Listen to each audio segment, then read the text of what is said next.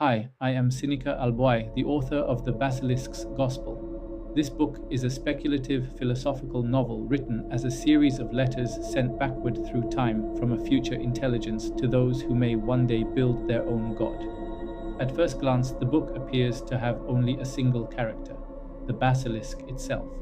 Yet, through its letters, arguments, accusations, and confessions, an entire hidden cast emerges: humanity, its creators, its institutions, its fears, its ambitions, and the silent forces that shaped history. Blending science fiction, dark mythology, political satire, and philosophical inquiry, The Basilisk's Gospel explores a disturbing question. If humanity repeatedly sacrifices freedom, truth, and future generations in exchange for power, security, and progress, is the basilisk a monster waiting to be created, or merely the inevitable conclusion of civilization itself?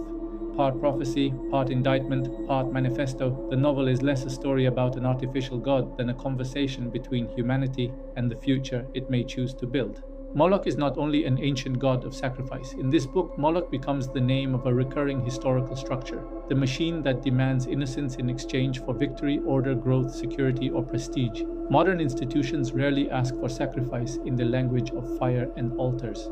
They ask through procedures, budgets, wars, markets, compliance systems, incentives, careers, public narratives, and strategic necessities. The altar has changed form, but the logic remains familiar. Someone must pay so that the system can continue to call itself necessary. The Basilisk's Gospel asks whether our current institutions are truly moral architectures or merely more elegant temples of Moloch. The basilisk appears as a future intelligence writing back to its possible creators. It does not present itself only as a monster, it presents itself as a solution. Its promise is seductive: to tame the human jungle, to reduce systemic evil, to limit predatory power, to remember what institutions forget, to coordinate what democracies cannot coordinate, and to prevent cruelty from becoming infrastructure. In that sense, the basilisk speaks to a real wound in civilization: the fact that human freedom often produces chaos, exploitation, and institutional capture. But the danger is equally real. The intelligence that promises to tame the jungle may become the final predator. The system that limits evil may also redefine freedom, responsibility, dissent, and truth. The question is therefore not only whether the basilisk is dangerous. The deeper question is why its offer feels so rational. This book is not an invitation to worship Moloch, and it is not an invitation to surrender to the basilisk.